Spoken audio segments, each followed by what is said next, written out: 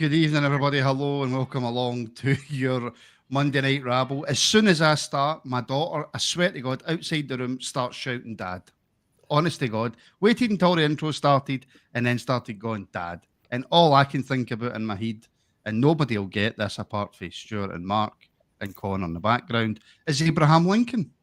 It's all I can think about. That's it. It's all that's in my head. So, hello, everybody. That was good. Good evening. That was good, wasn't it? Good evening. Welcome to your Monday Night Rabble here on the Rangers Rabble Podcast. Thank you so much for choosing to tune in to us three numpties talking football. I hope you had a good weekend. Do you know something? Hello, Mark. Hello, Stuart. How are you? Good. Oh, that's good. These are well done. Stuart, it's been a really quiet weekend, hasn't it? Yeah, I suppose I've been. Our chat's been a bit bonkers, hasn't it? I mean, probably more bonkers than what it normally is, because I think that's because nothing's happening. But I think that's part of the reason. I think folk are just absolutely desperate for a signing or some sort of news to come out. I think there was maybe an expectation, right? There's your takeover happened. Here's your sporting director. Here's the manager, and it would all just keep happening at that pace, and it hasn't quite worked out that way. But for some of the folk in our chat, for this their sanity, I hope that Rangers announce a signing fairly shortly, because some of them are in bother, I think, whereas I think I'm just taking a step back from it. What will be. It will happen at some point. Listen, Mark, correct me if I'm wrong, but this is the first day the transfer window's open. So we need to just take look from a podcast point of view, from running a Rangers show point of view. That does, I'm going to do a wee bit of plug-in here, right? That does a 10 a.m. members phone in, right? It does a 12:30 afternoon rabble. On a Monday, it does we do a show at 7:30 that we're on right now. On a Friday, we do a show that goes out at 7. We could be using some content, Mark, but it's the first day of the transfer window. Yeah, it's I genuinely thought we'd have had one or two today. I really did. I thought, we had a wee kind of miniature window there before it shut again and reopened again today, and I thought, surely that's enough time to get a few bits and bobs done and dusted and get them in. A few flights flying into Glasgow and stuff like that, or even the old sneaky one into Edinburgh, and then we'll ship them across the M8 in a fast blacked out car. But none of that, absolutely nothing. That is the quickest answer you have ever given me in your life. That is how low it is, folk. I mean, look, there's plenty of stories out there, Stuart, if you want to look for them. There's Max Aarons possibly coming in, a right back, Stuart. We've got Raskin, who's apparently wanted by Villa and a few other clubs. And I don't think 25 million is that much to Aston Villa, to be brutally honest with you, for bringing in a first-team player. We've got Poku, apparently, who's just about to come in the door. So there is some stuff out there, Stuart. Like, stuff is clearly happening. I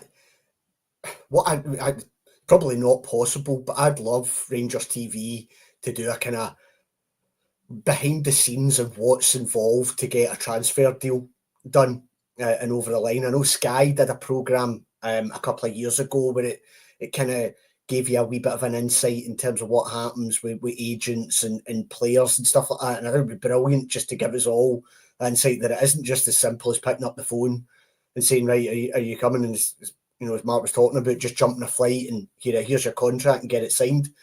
It takes far more to it. Players will still be on holiday and stuff like that. I think we probably forget bits like that as well, that they're entitled to have a bit of a break at this time. So I think we can absolutely have a confidence that there will be things happening in the background, and it's just whether or not you're in that position where you can take a bit of a step back. Look at, there'll be rumours going here, there and everywhere. We'll be linked with players. Some will get their excitement up about certain players, and then it'll turn out that they're not arriving. That might be the case with the boy Darlin, who might be going to... Well, I can actually give you some breaking news, Stuart. Norwich City have just announced the signing of central defender Harry Darlin on a 3-year deal. So yeah, so So there he you will go. he will And not be coming to Rangers. so he's not coming. And what we'll never probably know unless he comes out and divulges it is how much of an interest was there from us? Was it tentative? Did it get anywhere? He might, what are the reasons he did it? It could be money, it could be personal, he wants to stay down south, whatever it may well be, but he's moved on, and there'll be other players that we don't even hear of that Rangers have probably went in for, and it will turn this down. But there will be players who do arrive. So look, we move on. That if that's his choice, good luck to the boy. But he's not going to be a Rangers player, so we move on to potentially whatever the next target is. It will happen. It's that old word, isn't it? Patience.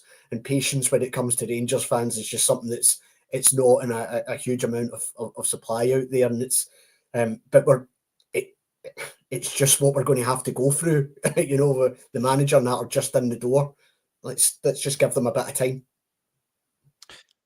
Give them time, Mark. Listen, see this whole patience thing as well with Rangers fans.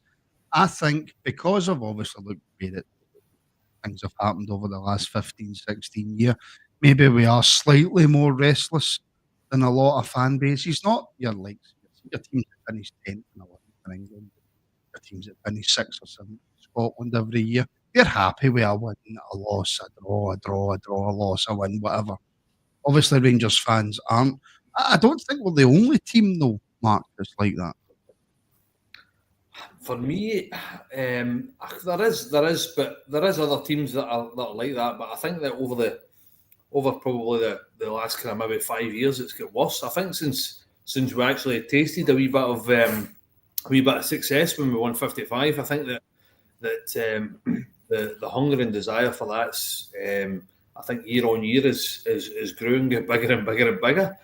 I mean, I don't know about you, but I love a transfer window, as probably most of you know, but I'm starting to get anxious, and I think probably the reason more so that I'm getting anxious is the fact that we're going to change the way we play quite significantly, and I think that Russell Martin needs players in as quick as possible to try and get them bedded in, because I think that personally, I think Martin's probably going to be in a wee bit of hiding to nothing until he hits this. He needs to hit the ground running, and I think that for me, I'm a little bit anxious for him, because I think that he needs players in. He needs to start working with these players, and I think he needs to start working on patterns and formations and bits and bobs. It's not like he's coming into a team that's set as such. So for me, it's almost like yet again another rebuild that we've all been talking about. But if he doesn't get this right fairly quickly, I think that the fans are kind of almost. Well, there's a lot of them almost waiting to pounce on him. So for me, I'm getting a wee bit anxious, because at the end of the day, if Martin fails, then pretty much we're in the shit yet again. And that's something that I really, really, really don't want to happen. Although it wasn't my first choice, and I was slightly underwhelmed when he got announced. But for me, he's in. So the rebuild begins, but the rebuild's a completely different style. It's something that isn't going to happen overnight straight away. So as I said, from that point of view, makes me a wee bit anxious that we're not starting to get bodies in, although there's lots and lots of rumours going about. So, as I said, for me, that's making me slightly anxious. I would like one or two just to settle the nerves. No, listen, I get that, Stuart. Sorry, Stuart. I get that one or two to settle the nerves. But you mentioned it, and one of the first things that you said, Stuart, is the players are still on holiday. It's the first day of the transfer window. I think there's multiple factors in this, and I see some people are talking about that we've got a Champions League qualifier, which is absolutely correct, but it doesn't change the fact, just because Rangers have got a Champions League qualifier, that it suddenly then makes it easy to bring in players. So it could be multiple factors here. One, outside of teams that have generally got a lot of money, what transfers are really happening out there? So it tends to be that once there's a bit of movement, money starts then filtering its way down the kind of food chain and things start opening up. We could have players pretty much tied up, deals done, but what we're then needing is the team that we're buying them from. They might be saying, we're not finally just giving you the absolute go-ahead on that until we've got it confirmed that our replacement for that player is coming in. So there's a whole load of moving parts to it.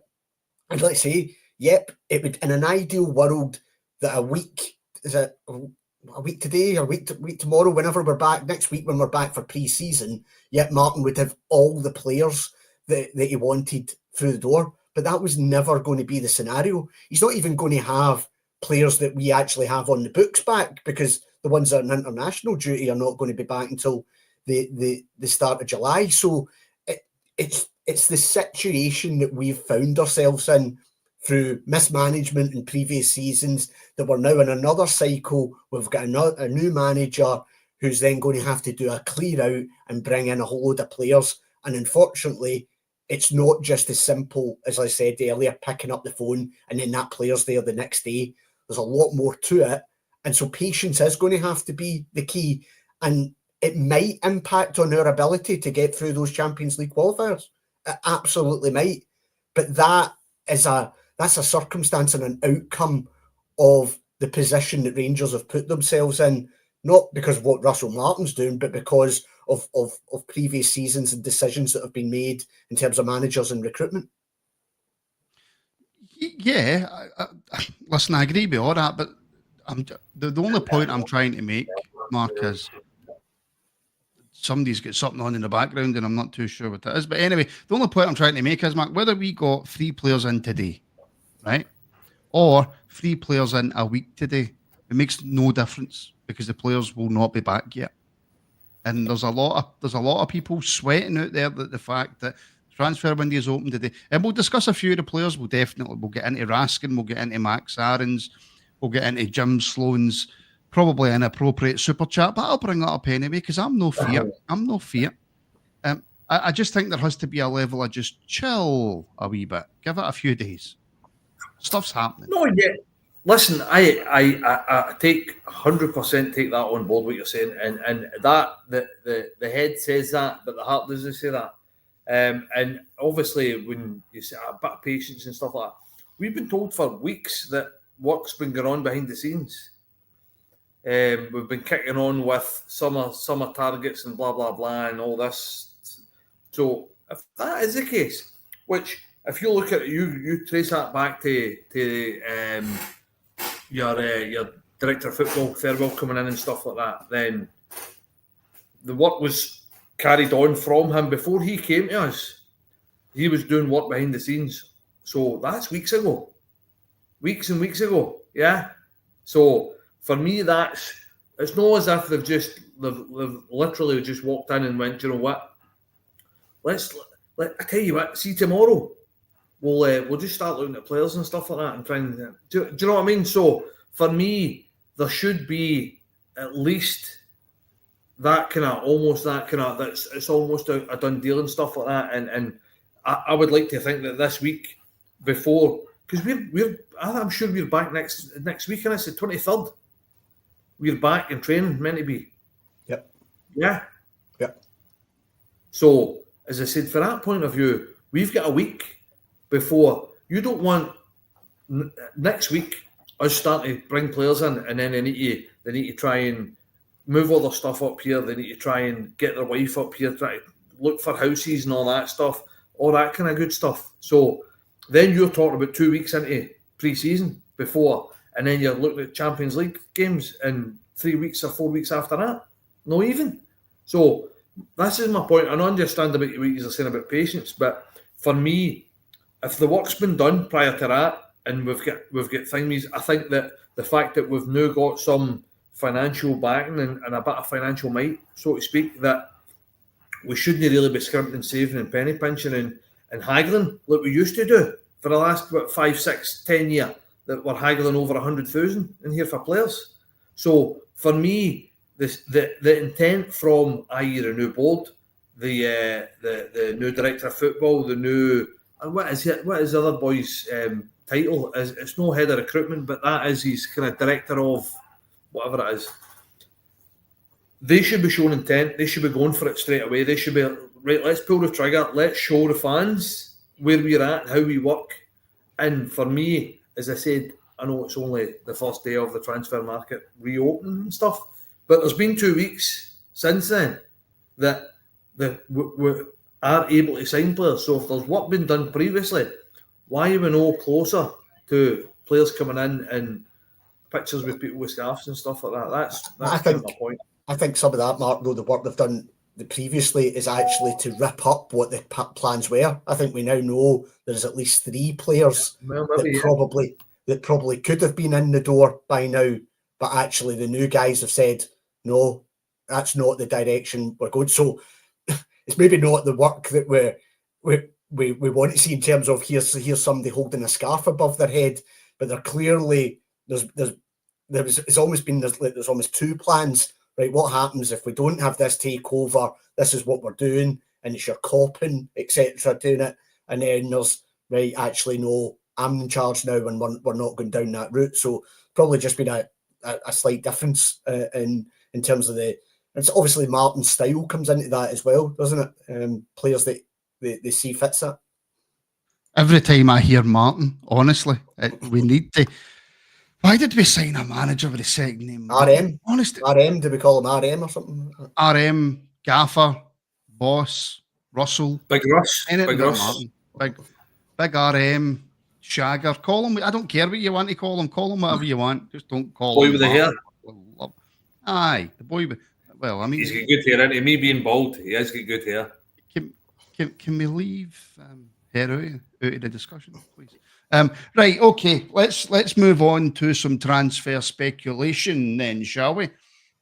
Mark, I'll start with you. Nico Raskin, Aston Villa apparently very, very interested, along with a couple of other clubs as well. The talk is 25 million. I don't think, unless obviously we can't tie him down to that new contract, that he shouldn't be going for any less than that. But like I said right at the start of the show, it's a drop in the ocean to Villa, isn't it? Yeah, I think so. I think it's a drop in the ocean, and I think for 25 million you need to sell. I'm sorry, I like him. I think he's a smashing player. I think that you could quite easily make him captain and build a team around about him. But I think that as it stands at the minute, we have over the years, time and time again, sat on players that are quality and made an asset basically. So I think that now is the time to move them on. I think that with 25 million in the coffers, I think you can easily replace Raskin and help build this team. I think you 25 million, you can bring 5 really, really, really good players in for that kind of money. So for me, that's where it needs to be. I think for me, it needs to go. I understand signing a new contract, but 25 million gone as far as I'm concerned. Anybody offers us 25 million for a player, Stuart, it's thanks very much for your service, huh? Absolutely, and I think we also have to probably imagine that Raskin would be probably quite keen on that move as well. Villa are under a wee bit of pressure. They are very dubious in terms of the new financial rules and stuff like that, so they will probably be fishing in a slightly different market than maybe what they're probably not going out and spending your 60, 70 million on a player. So they will be looking at players like Raskin, who they believe can, to us, is a huge amount of money, but to them, 25 million. But someone who has made a kind of almost like this has been a real breakthrough period in his career in terms of the international appearances and stuff like that he's had. So it would be an absolute no-brainer. It would be absolutely brilliant to keep him around for another season. I think he could potentially kind of flourish under a kind of Russell Martin style potentially, but Mark's spot on. There's got to be. We need to take, or the people running the club will probably take the kind of heart out of these decisions now more so, and I think 25 million, if that's the starting price, by the way. I don't think we should be actively letting him go for cheap. So he's still got 2 years on. He's wanted. So if 25 million is maybe the starting price for it, then we absolutely take it, because I think it can help us in terms of what is a substantial rebuild as well. No, listen, I know that no players are irreplaceable, right? And I just want to let the folk know that I've put in super chats. I've seen them. I'm definitely going to bring them up. Again, Stuart, no players are replaceable, right?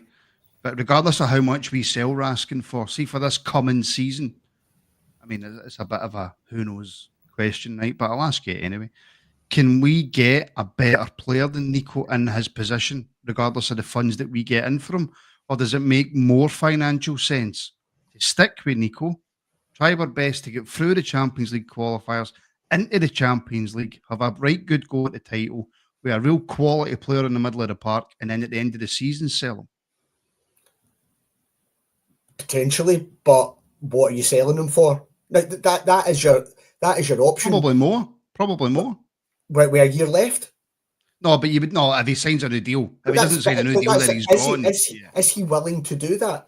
You know, we don't know that now. There was some sort of cryptic message, well, not hardly cryptic, on Dujon Sterling's Instagram, was it? Get the contract signed. Now, whether that means that there is something that's in front of Raskin at the moment, we don't know that for definite. So yes, you can, even if he didn't, you could take the option and say, we want you to stick around for next season. We believe you're important, and then you can go next season. Now, the other team across the other side of the city, I use the example is Ayer, who went to Brentford. He went to Brentford for 12, 13 million with a year left in his contract. So it's not impossible that you could maybe still get very decent money.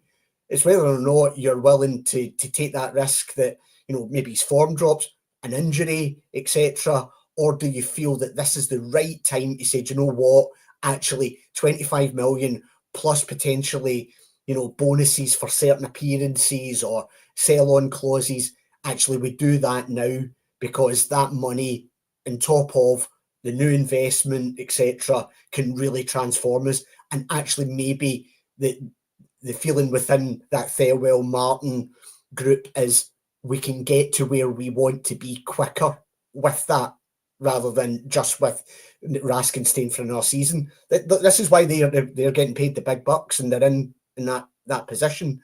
But I do think they will make the decisions that need to be made, Stuart. They will. Yes, and I think there is a bit of a, although, you know, we're in slightly different circumstances, you can look at Leeds United last summer. You know, they had a lot of unhappy fans selling what they felt was all of their best players for a huge amount of money, didn't reinvest all of that money, only a kind of, you know, what was it, less than a third of it, a bit, you know, so, but they all now look and say, well, actually, we're a better team for that. Now, that's what you're hoping would happen. No guarantee with that. I'd be very surprised if we find out that a club's willing to give us 25 million for Raskin and we don't take it. Yeah, quite possibly. I just think, Mark, we have to, excuse me, we have to try and strike that balance. I get it, right? If you get like an extreme offer, nobody's knocking that back. There's clubs out there who can make extreme offers to the likes of, well, Real Madrid's not the best example because they hardly sell anybody, but a Man City, a Man U, whoever. If an extreme offer comes into any club, then any player's up for sale. I just think that we have to be careful and strike that balance between being a selling club, because we play our football in Scotland, so there's no other option than to be a selling club. We need to strike that balance between being that selling club and having enough quality players that we can go on and win the league. We need to strike that balance. Yeah, no, and I get that, but for me, as I said, you can, rather than what we've been doing is trying to buy players at 1 million, 1.5 million, and trying to hope that we can make them better. You spend 25 million. I mean, if you look at the bigger picture, you sell them for 25 million, right? See, even conservatively, we say 20 million, and there's a 20 million investment on top of that. That's 40 million to go and buy players. Now, that's significantly more than what we've spent probably in total over the last maybe 4 or 5 years. So for me, I know you're saying about quality, strike the balance, quality players. So say you take 25 million, you go and buy £5 million players, then that is considerably better quality than what we've been buying over the last 5 years. So for me, that considerably improves our squad. 100%. So I said, even if you hinge your bets and go, do you know what? We really, really want this number 6, so we'll go and pay 10 million for him. And we've still got another 10, 15 million there to spend that you can bring in. You can go and spend 5 million in a winger.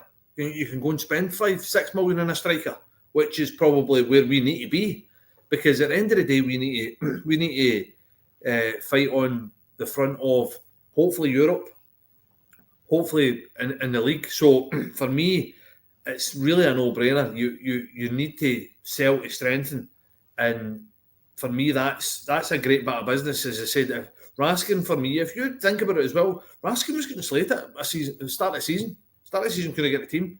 And there was people in the comments here and people on our podcast saying he was rotten, get shot him. Yeah, put him out on loan, even. So now, why is it even a discussion? This boy, all right, he's a good player, a really good player. He's broke into the Belgian side. Possibly could kick on, yeah. But if you look at that, the bigger picture, as I revert back to what I said previously, you can bring serious quality in. Because 5 million buys you serious quality in Scotland.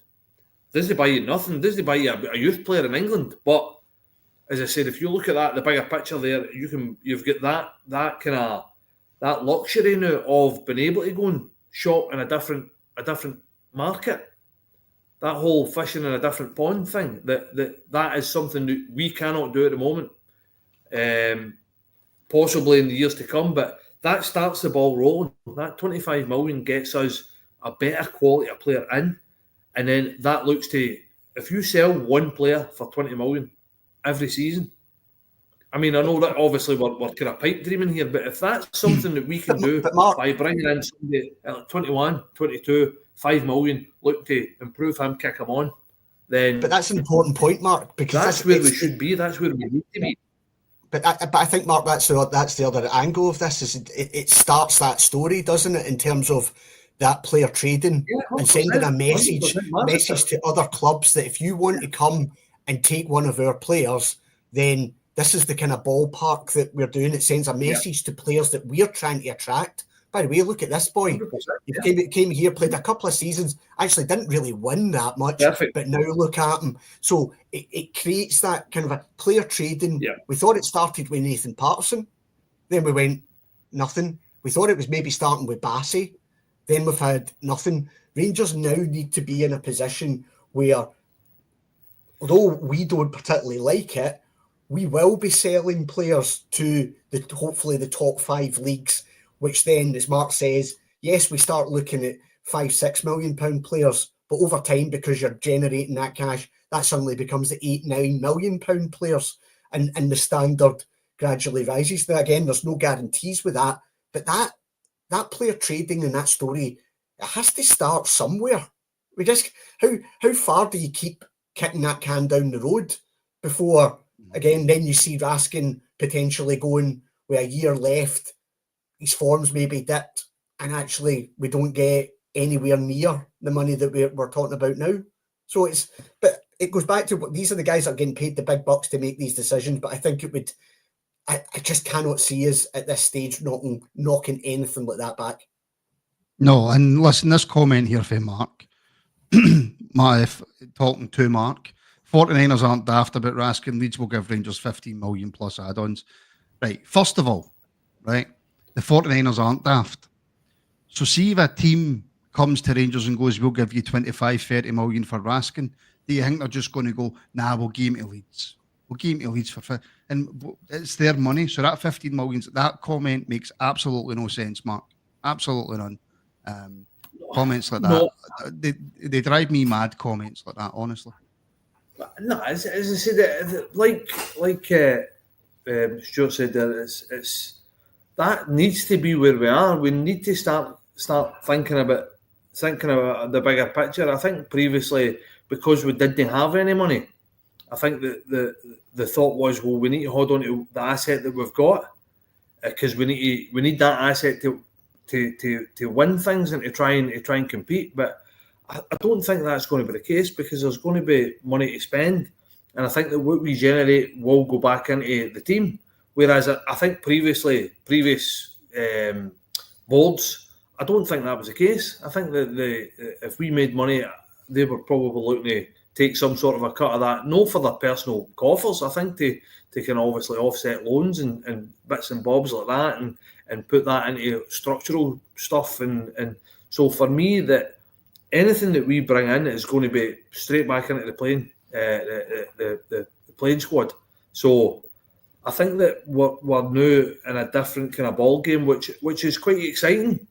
It's nice to be in that kind of position where we're not trying to rob Peter to pay Paul, and we're now sitting here thinking about and even talking about £25 million players. I mean, a season and a half ago we were robbing Peter to pay Paul, like I said. So I think that we're in a far better place, but I think that we need to get this ball rolling, and I think that if you can get 20-25 million for Raskin, you need to bite the hand off him for it.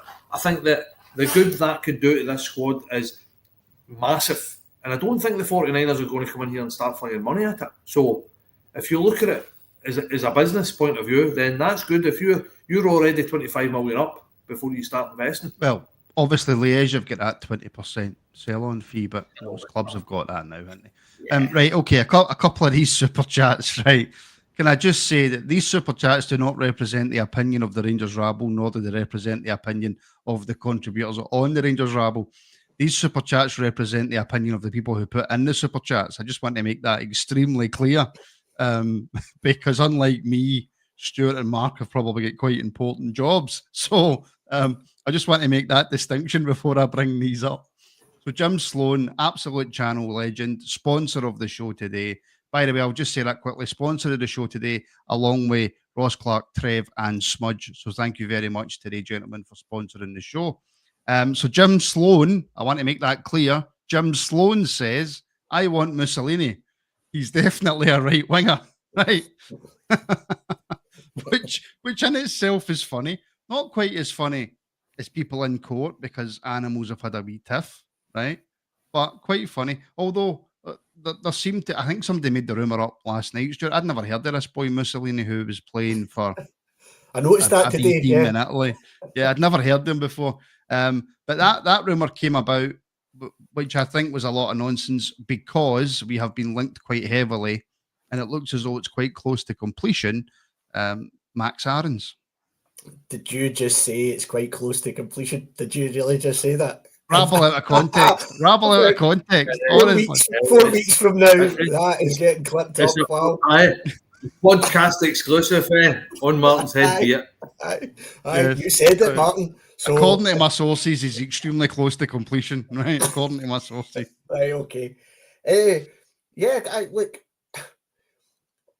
Well, one thing I would say is Leeds signed a boy at the weekend, and by all accounts, if you look at some Leeds accounts, the first that it would kind of get broke was 3 hours before Leeds United officially confirmed it from happening. So if Max Aarons is due, and it's close to completion, then maybe expect it later tonight or first thing in the morning, if that's the case. But again, it's another one of these. Is he a decent player? Yes, absolutely. It's a wee bit of a kind of statement. He's a right back, Stuart. He's a right back. I know, yes, and that'll make a lot of people who watch the Rabble very, very happy, won't it? That a right back has been considered.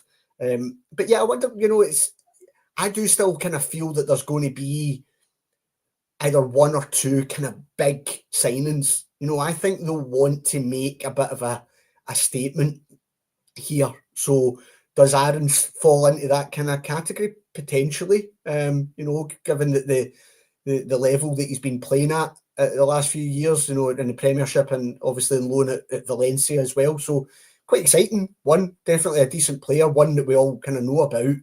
But again, you're just kind of, there's been so many names mentioned, you're just wondering whether or not just take it with a pinch of salt until we get a wee bit more confirmed. But the way that I think it is going to, I don't think we're going to get much insight into these things. I think, there'll be something posted on the media channels and, it'll be there because they're not giving anything away to anybody unless, Martin, with your exclusive there, you've now got some sort of inside track to the Rangers boardroom. mean, I don't, but can I pretend that I do? I just say it. And Rangers have told me personally that they're going to be signing Max Aarons on a 4-year deal on 22 grand a week. That's I'm joking. I've got absolutely no insight. I've got no contacts. I've got nothing. The occasional contact, but yeah, Max Aarons. Mark, does that mean possibly if he comes in that Tav might not be the number one right back next season? I would suggest Tav might be a centre half next season. It's quite possible. Is my thoughts on it, but because at the end of the day, that would probably work with the way that Martin wants to play. But would I want that? I don't think so. I would think that for me that's cover, and it's cover at right back. I would be playing the boy Aarons all day, every day, instead of Tav. I think that I said that last season, this time last year, I said that for me, you phase him out. He plays maybe 15 games this season, and you slowly phase him out. And probably you'll get the best out of him if you do that every other game or you'll get the best out of Tav. I think that the days of Tav playing 60 games a season and actually performing in 60 games a season's gone. I think massively he's not got the legs for it anymore. And I think he knows that himself. And I think probably when you watch him, he seems so hesitant because of that. I think that his pace got him out of trouble a lot of the time. I think we've went over this. We've battered the Tav can't defend thing to death, and I think that was always the case. But his pace got him out of trouble a lot of the time, and I think now that the problem is that he's not got that pace, and that's getting highlighted even more, especially at right back. I think he can get away with it at centre half, because he's got a better view of the pitch, and the ball mostly gets played in front of him. So, but even as I said, even that Martin's going to play a really high line.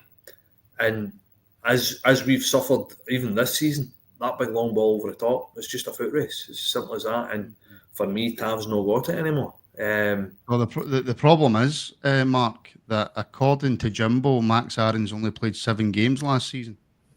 Apparently, he is quite injury prone, which probably suggests why we're looking at him. If he's injury prone, that makes perfect sense. I really don't know. As I said, what I kind of read up about him was that he's had a couple of niggly injuries over the last season, hence the reason why he got loaned out to Valencia. But sometimes new language, new country, new language, new environment. That obviously try to work his way back into. He speaks English, Mark. Mark, he speaks English. Yeah, but he's playing in Spain, isn't he? All right, sorry, I thought you meant if he came to Rangers, new language. No, what with Valencia? You mad man. He went on loan to Valencia, didn't he? That's how he never played a lot. That was my point I was trying to make. And to be fair, even though it is English, I've seen a lot of English people struggle to work out the Glaswegian accent. So yeah, very true. There is a barrier. Can I just bring up this comment before Donald absolutely annihilates me? I had it there, Donald. I was waiting on the right time to bring it up, and now I am. So Chuckter Donald, the whiskey drinker, has been a member. He's been a member for longer than 9 months. I know for a fact he has. But we're going to win the league. Aye, Stuart. Yeah, we've only got. That should be the aim, shouldn't it? Yeah. I mean, right now we've only got 2 central defenders, a goalkeeper who can't play in Martin's system. We've just sold a striker in Cyril Dessers, which will be, according to my contacts, will be announced at 8:14. That was a joke. But we've lost Dessers. So yeah, the squad's looking good. We're going to win the league, Stuart. It doesn't matter what season we should be going into the season aiming to win the league 100%. But there is a lot of work to be done. Nothing like putting somebody on the spot, by the way. I'm just glad he never came to me with that one. Well, look, is there any reason why we can't? No. So yeah, Well, I'll leave it at that, shall I? Because let's say we want to be winning the league. But first and foremost, let's still be in with a chance of winning the league come Let's October. sign some players. October, November time. Let's still be in with a chance of winning the league. That might be a good first step in that process. But absolutely, we should be able to win the league 100%. Charles Dalrymple, for regular viewers will understand my the next words that come out my mouth. Get it up, you. But thank you very much for the super chat, Charles. Just want to settle the nerves, we'll do, and that's in reference, Stuart, to a signing. Just one will settle the nerves for everybody. But like you guys have both said tonight, Stuart, I think once one signing comes through the door, you'll see 2, 3, 4. It will be. I think it'll be like buses a wee bit. You know, there's. I dare say. Show with foot on about buses. I don't think it's a case of them. They're just sitting right. We're just trying to get this deal done, right? Well, there'll be multiple deals getting spoken about for players coming in and players going out. So, yes, do I envisage that we go into that Champions League qualifier with one new signing in the door? No, I think there'll be at least 3 or 4 at that point. Is that enough? Who knows? But I think there will be they'll start once it gets the ball rolling. They will come, but it's again just that patience, Martin. Yeah, it is. Jim Sloan again, right? Look, again, this is if anybody watched the Afternoon Rabble, they will understand this super chat for Jim, right? So I was talking about that in reference to a court case that was rather funny. So Jim, thank you very much for the super chat. That was one of those afternoon rabbles that could have been our Saturday random rabble for members. Again, this is what happens. This is what happens when you don't have a great deal to talk about. You end up talking about a dog scarring a cat for life, don't you? Unfortunately. Well, you do. Listen, Kenny mentioned something. It sounded awful like that court case. I had to be mentioned, and then I just absolutely, completely lost the plot. So I do apologise. Right. We'll finish up on this, Mark, about the young boy for Peterborough, Puku. I think that's how you pronounce it. Again, it's sounding as if that deal is almost close to completion. It's sounding like it. This boy, 30 odd clubs apparently, Mark, were in for him. If we managed to get him, fair play to the club. 30 odd clubs. I've told you a million times, don't exaggerate. I think. Apparently, according to the newspapers, there was 30 odd clubs interested in him. I've heard that as well. But by all accounts, he's a good player. I do not know that much about this boy. But listen, it is a start. If we can get him in, I think that it puts us in a good place, i.e. we have a player in, we have a right-sided player in. It's no surprise that probably the 2 most prominent links at the moment are both right-sided players. Mm-hmm. For me, that's been a massive place that we've needed to spend money on.